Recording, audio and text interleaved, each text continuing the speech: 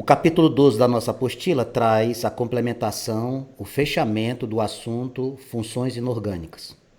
O capítulo 11, nós atribuímos uma atenção especial para estudar os ácidos e as bases. Agora, depois de apresentado toda a parte teórica envolvendo sais e óxidos, nós vamos partir para a resolução de exercícios. Caso você tenha ainda alguma dúvida, acesse as aulas que já ficaram disponibilizadas nos nossos canais de comunicação, assista novamente essas aulas e hoje acompanhe com riqueza de detalhes a resolução de exercícios. Para a gente começar a nossa aula, quando a gente fala em sais, a gente só quer lembrar primeiro de quem? Do sal de cozinha. O sal de cozinha, o conhecido cloreto de sódio, é o que é mais utilizado na nossa vida porque ele está frequentemente na nossa rotina. Diariamente, as nossas mães, ou até mesmo você, utiliza o sal de cozinha para o cozimento de alimentos. De onde é que a gente encontra a maior concentração de cloreto de sódio, que é o sal de cozinha? Nós iremos encontrar nos oceanos, nos mares. NaCl, portanto, seria o sal de cozinha. Porém, alerto a você que lá no mar não existe só o cloreto de sódio, existem outros sais também. E eu queria deixar claro que o sal não é somente o cloreto de sódio, a gente encontra outros sais em outras situações. Por exemplo, nós temos o carbonato de sódio, que é o Na2CO3, que ele é muito utilizado para a produção de vidros, ele é muito utilizado para a confecção de recipientes de vidro, como garrafas, como jarras, como panelas, como outros recipientes. Aliado ao carbonato de sódio, que é o Na2CO3, nós também podemos citar essa possibilidade de execução de utilização o carbonato de cálcio, o CaCO3. Esse carbonato de cálcio ele não é só utilizado na confecção de peças de vidro como as garrafas, não. Ele também é utilizado para a correção do solo. Quando a gente vai utilizar o solo na agricultura de grande porte, no agronegócio, você não pode estar lançando sementes caras num solo que possa te dar problema. Os agrônomos analisam o solo e quando ele analisa o solo, ele verifica se o solo está muito ácido ou não. Se existir muita acidez, que a gente diz que o pH é baixo, ele vai poder corrigir esse solo usando o carbonato de cálcio. Olha que interessante. Outro sal muito presente na nossa vida é o fluoreto de sódio. Vanks, quem é o fluoreto de sódio? O fluoreto de sódio é o NaF. Você já ouviu falar, muitas vezes, obviamente, o seu dentista já deve ter dito para você, que é muito importante o uso de flúor na manutenção da saúde dos nossos dentes. O fluoreto de sódio ele é muito utilizado, tá? Ele é muito utilizado, usar o NaF, ou seja, são muitos sais que estão presentes no nosso cotidiano para que a gente pudesse ter uma noção de como é grande essa gama de informações, não somente o sal de cozinha. A primeira situação que a gente vai apresentar em matéria de exercício aqui para você é a resolução das questões que estão situadas na página de número 30, que ele diz assim: complete as equações das reações de neutralização. O que é uma reação de neutralização? Vamos lembrar o que a gente estudou. É quando eu coloco um ácido para reagir com uma base. Quando eu coloco um ácido para reagir com a base, eu vou obter sal mais água. Essa é a reação de neutralização. Quando ele fala total, é porque eu não vou deixar sobrar nem um hidroxila e nem um hidrogênio. Parcial é que pode sobrar alguém. Vanks, qual é a dica que você me dá? Eu vou te dar uma dica que é a seguinte. Para você fazer a reação de neutralização, você conta o número de hidroxilas e o número de hidrogênios. Cada hidrogênio e cada hidroxila, ou seja, um hidrogênio mais uma hidroxila, você vai formar uma molécula de água. É assim que você vai fazer, ó. Se por acaso esse número não bater, é porque a neutralização não foi total, foi parcial. Veja esse exemplo. Você tem aqui, ó, NaOH, na letra A, mais HBr. O que você vai fazer? Você vai juntar OH com H para formar quem? A água. O que sobrou aqui? Na com quem? Com Br. Mais quem? Mais a água. Pronto. Essa aqui é a reação de neutralização. Essa neutralização é total ou parcial, Vanks? Ela é total. Como é que é o nome deste sal que você formou aqui? Esse sal aqui é o brometo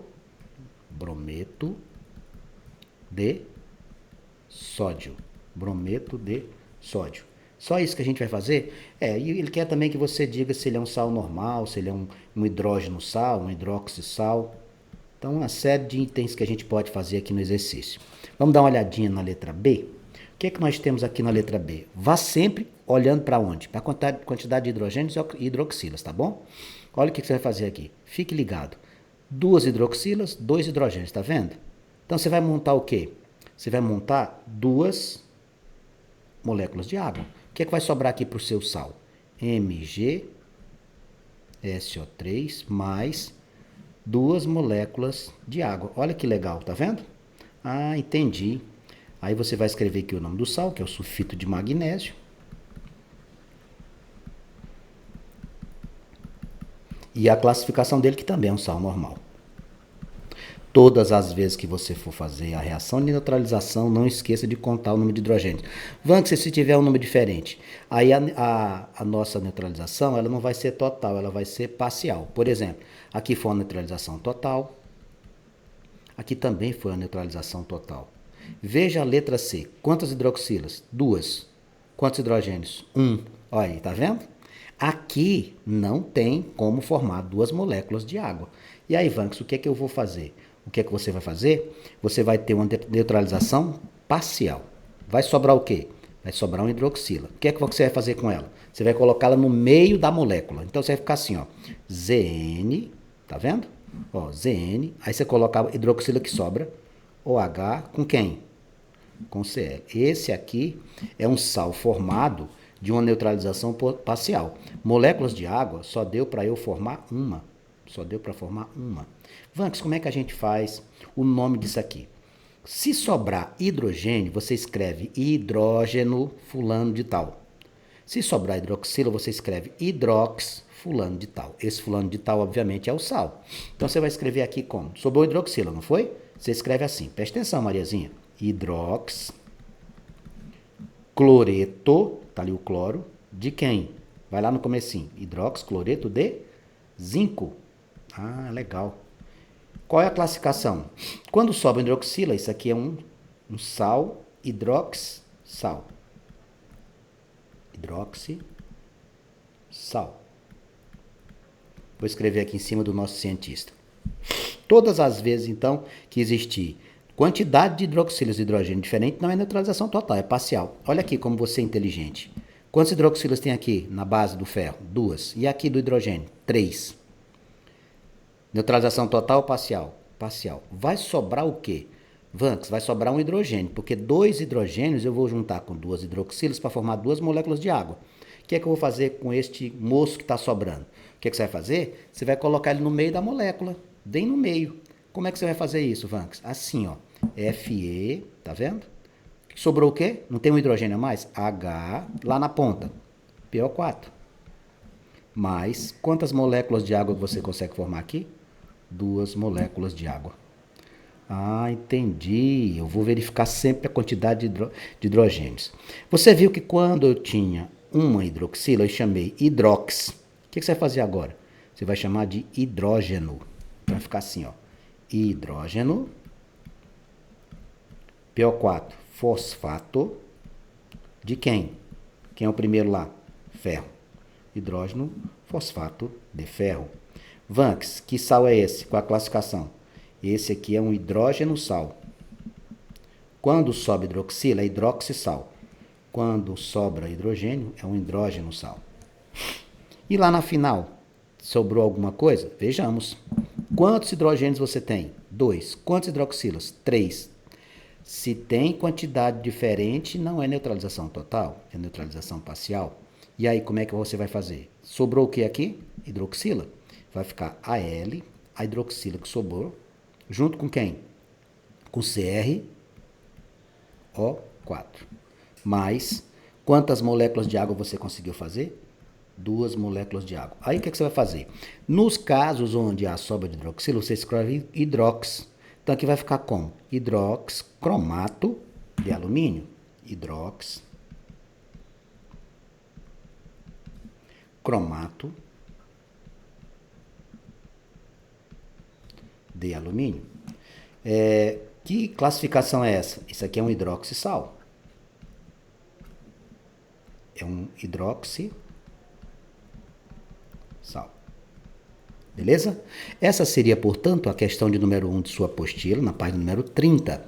A continuação dos exercícios será na página número 34, quando ele aborda para a gente escrever nome de óxidos. Vamos lembrar aqui uma coisa importantíssima.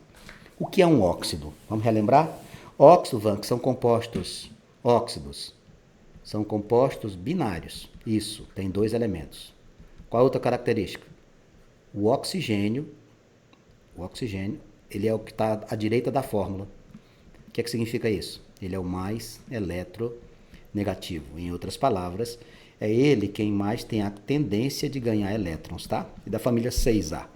Então, você vai ter assim, ó, X, um elemento qualquer com O, tá?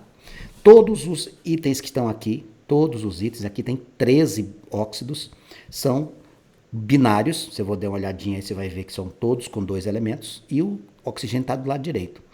Nomenclatura, vamos lembrar, muito simples, você vai escrever simplesmente assim, ó, tem 2 oxigênios, ó, dióxido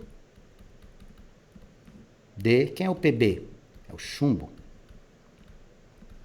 CRO, monóxido, CR é o quê? Cromo, monóxido de cromo. Cl2O7, Vanks, como é que vai ficar isso? 7 é o quê, amigo? 7 é hept, então vai ficar heptóxido. Heptóxido de... Quantos cloros você tem? 2. Dicloro. Não é difícil, né, Vanks? Claro que não. Aqui você tem o quê? Um oxigênio e o zinco. Óxido de zinco. Vanks, eu poderia escrever monóxido de zinco? Poderia, tá? Poderia usar o mono também. Não está errado nem colocar nem deixar fora. Agora, quando existir mais de um, aí você coloca, por exemplo, ali, ON2 é o óxido, tem um só, 2 nitrogênio. Aí, neste caso, é interessante que você já coloque o mono, tá vendo? Ó? Monóxido de 2 nitrogênios, de nitrogênio. Na letra F, nós temos o Ag2O, monóxido de prata. Mn2O3. Quantos oxigênios tem? Tem 3. Trióxido. Quantos manganês? 2. De dimanganês.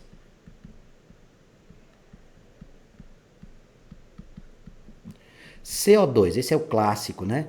Dióxido de carbono. É o mais conhecido, talvez, fora o oxigênio, esse aqui, que a gente tanto fala. Dióxido de carbono. Li é o lítio. Então vai ficar como? Monóxido de dilítio. Aqui na letra J, não precisa você escrever mono. Vai ficar como? Simplesmente você pode escrever aqui monóxido de estânio ou óxido de estânio. Não tem problema, tá? Quando tem só um, você pode até eliminar o termo mono. Mas se você quiser escrever, não está errado. Óxido de estânio. Também poderia escrever mono. P2O5. 5 é pente. Pentóxido de 2 fósforos. Como é que fica?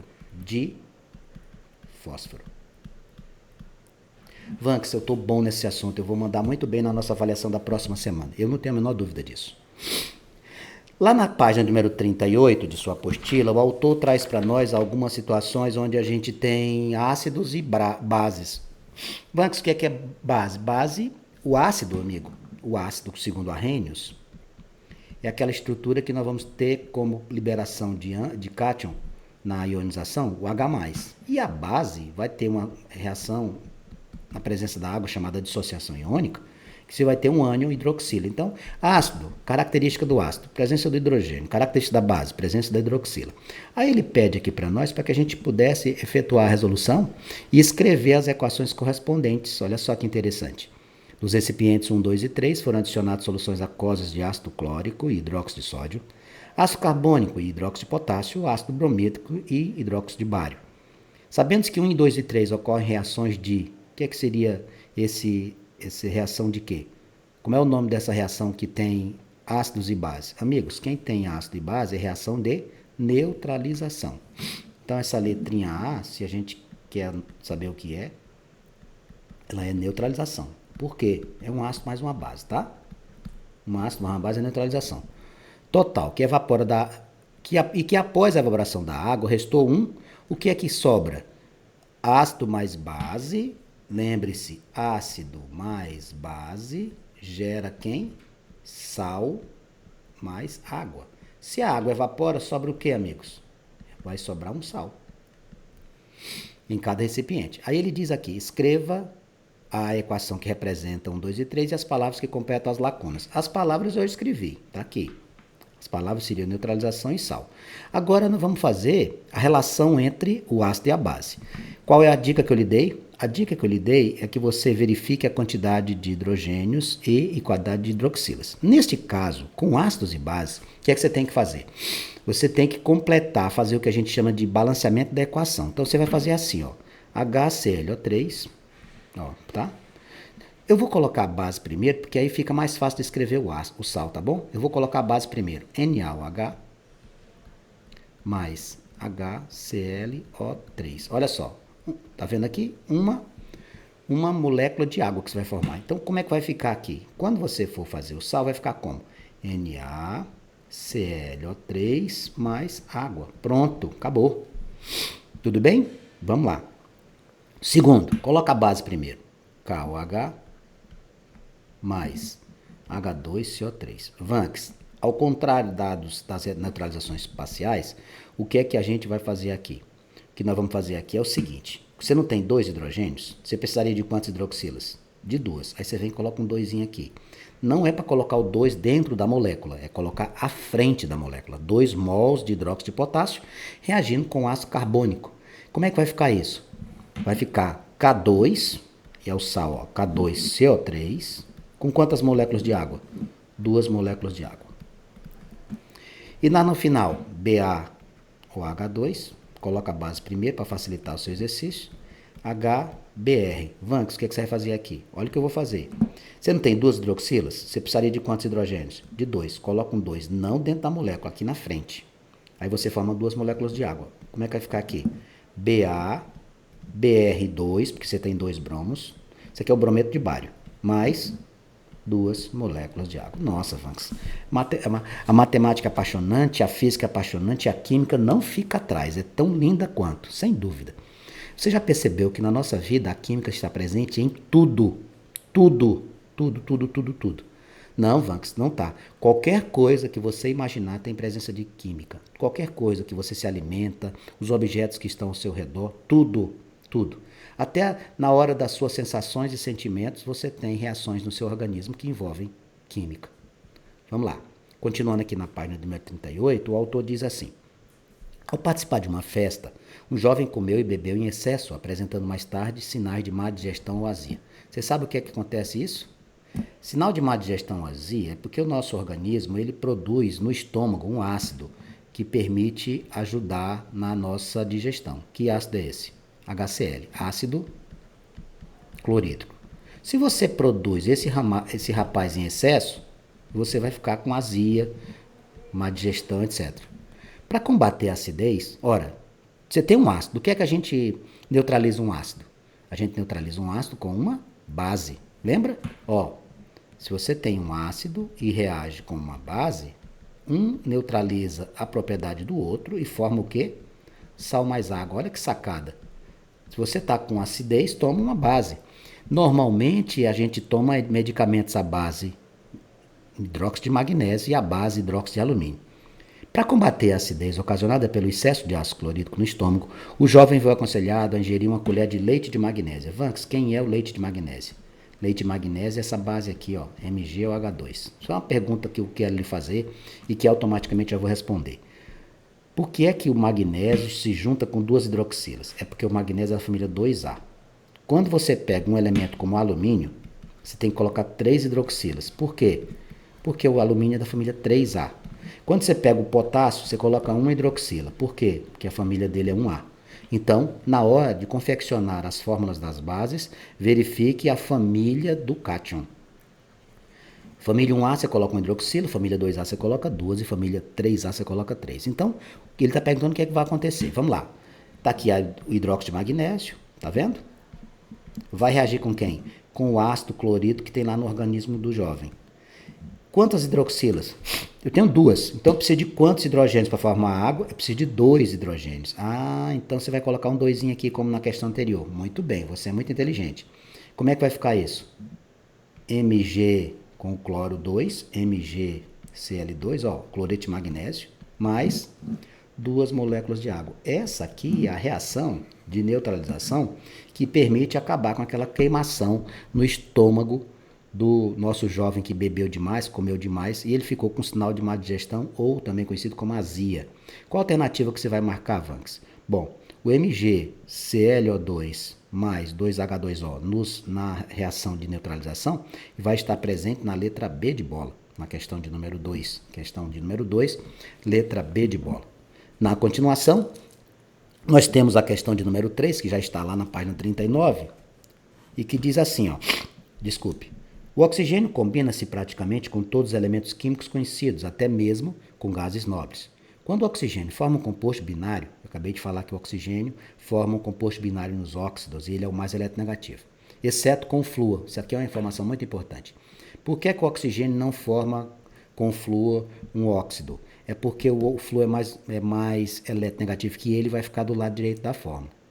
Diz que esse composto pertence a essa função inorgânica óxido. Dessa forma, sobre os óxidos é correto afirmar. Então ele vai fazer algumas afirmações e nós vamos analisar. Então, a primeira que aparece aqui para a gente analisar é: os óxidos K2O e CaO são classificados como básicos, já que reagem com água produzindo base. Qual é a dica que eu lhe ensinei nas aulas anteriores para saber se um óxido é ácido ou básico? Reage com água. O autor foi muito gente boa porque ele colocou o que você tem que fazer. Então faz assim, ó.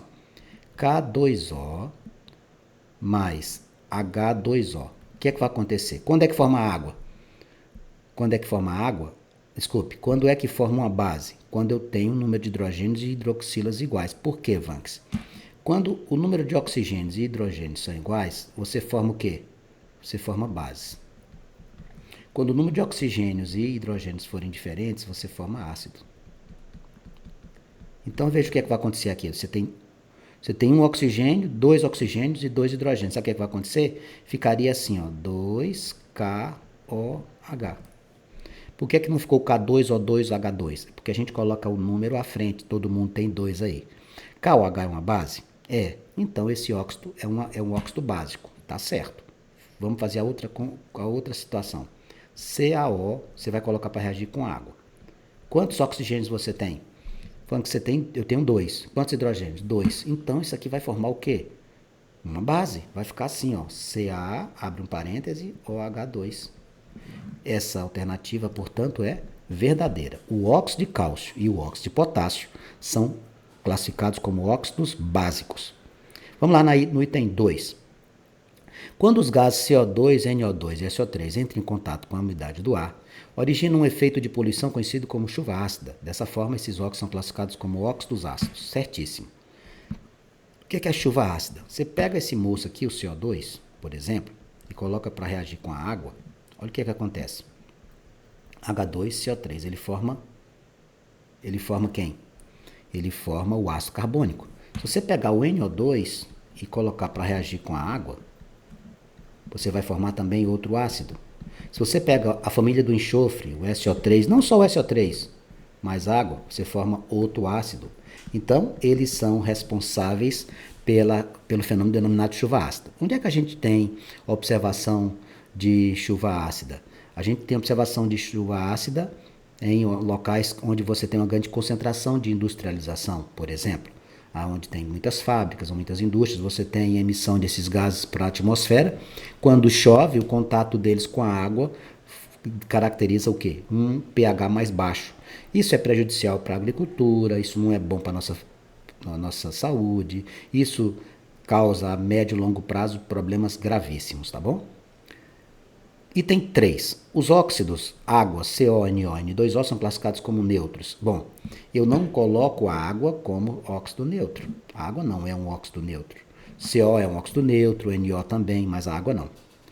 4. Os óxidos ácidos N2O5, SO3 e CR3 podem ser chamados de anidridos. Sim, a gente chama de anidrido. Por que, Vanks? Porque quando você desidrata esses óxidos, Você desidrata alguns ácidos e você forma essa galera. Como assim que eu desidrato um ácido? Você tira a água desses ácidos, você consegue obter estes óxidos. Os óxidos obtidos a partir de ácidos são chamados de anidridos. Isso aqui está correto. E o último item, as reações equacionadas a seguir exemplificam o caráter dos óxidos CaO, SO3 e CO. Aqui eu tenho CaO reagindo com H2 e SO4, CO2 mais água. Opa, tem um erro bem aqui. Não existe essa formação aqui, ó, tá vendo? O ácido que a gente forma, o CO é um gás que a gente chama de, é um óxido, que a gente chama de óxido neutro. O que é isso, Vanks? O monóxido de carbono, ele não reage com, já falamos isso, eu estou só lembrando, o monóxido de carbono CO, assim como o NO também, ele não reage com água, ele não reage com ácidos, ele não reage com base, ele é um óxido neutro, portanto isso aqui é falso. Bom, quais são as alternativas verdadeiras então? Na questão de número 3, caros amigos, nós iríamos marcar a letra que tenha 1, 2 e 4. Marcaríamos para nossa resposta a letra D.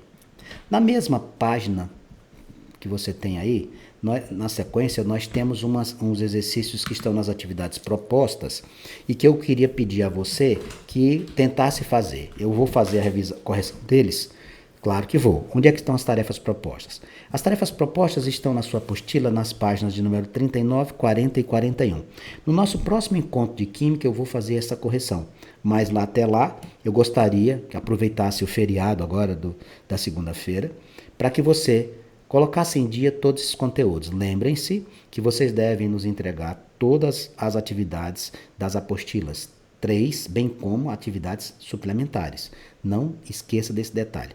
Se a apostila 2 já tiver sido entregue, é necessário complementação dos suplementares. Então, as atividades que correlacionam-se com a sua terceira nota seria a apostila do dia a dia mais as atividades suplementares. Sugestão de um amigo velho aqui: não deixe acumular. A partir de agora eu vou deixar espaço aberto para que você faça as suas perguntas, tire suas dúvidas, pergunte o que você quiser, faça esclarecimentos à medida que eu puder fazê-los.